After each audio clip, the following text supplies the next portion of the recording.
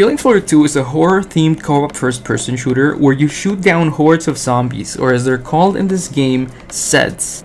Now, this franchise has actually been around for a long time. The first time I played the first Killing Floor game was when I was in middle school, which was around 15 years ago. The release of the second game happened almost 10 years ago at this point, but the good thing is the game has always had a very active and dedicated community, so there's always someone to play with. Killing Floor 2 is a fairly traditional horde game in the sense that you get different weapons to shoot down wave after wave of a variety of zombie-like enemies. The action is relentless and the gore is over the top in the best way possible. Seriously, these are some of the best gore and blood effects I've ever seen in a video game. Every game you start with some money and a pistol, while every round you complete will see you getting more cash for buying either weapons, ammo, armor, or grenades.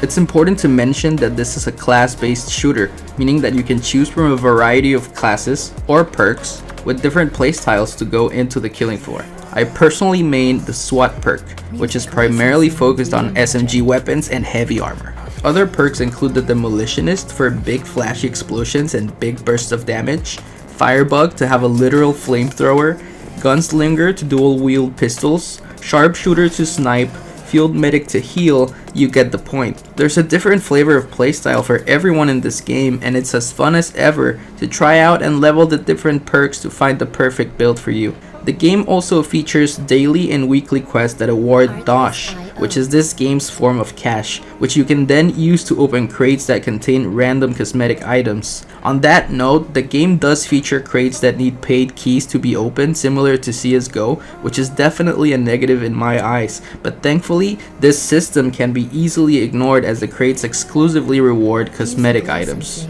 Brutal and fast gameplay is the name of Killing Floor, and nothing accomplishes that better in this game than its bosses. When your party reaches the final round in a match, you will be greeted by one of the 5 powerful bosses this game has to offer. It's important to note that the boss is selected at random, which is a good thing in my eyes since it helps keep the gameplay fresh and dynamic. All of these bosses play a key role in the game's lore, as well as provide a different flavor of challenge at the end of each of your sessions. Some of the bosses are admittedly harder than others, especially in some of the higher difficulties, but overall they all offer a good challenge and feature some awesome character design. One of my favorite aspects of this game is that it actually has official mod support through the Workshop tab on Steam, and there's a bunch of custom maps and tweaks that you can get running on your game very easily.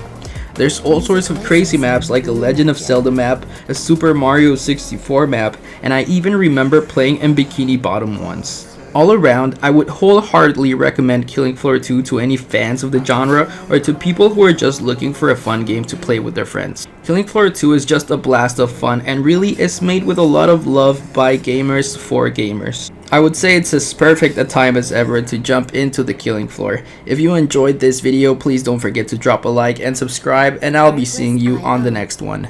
Peace out.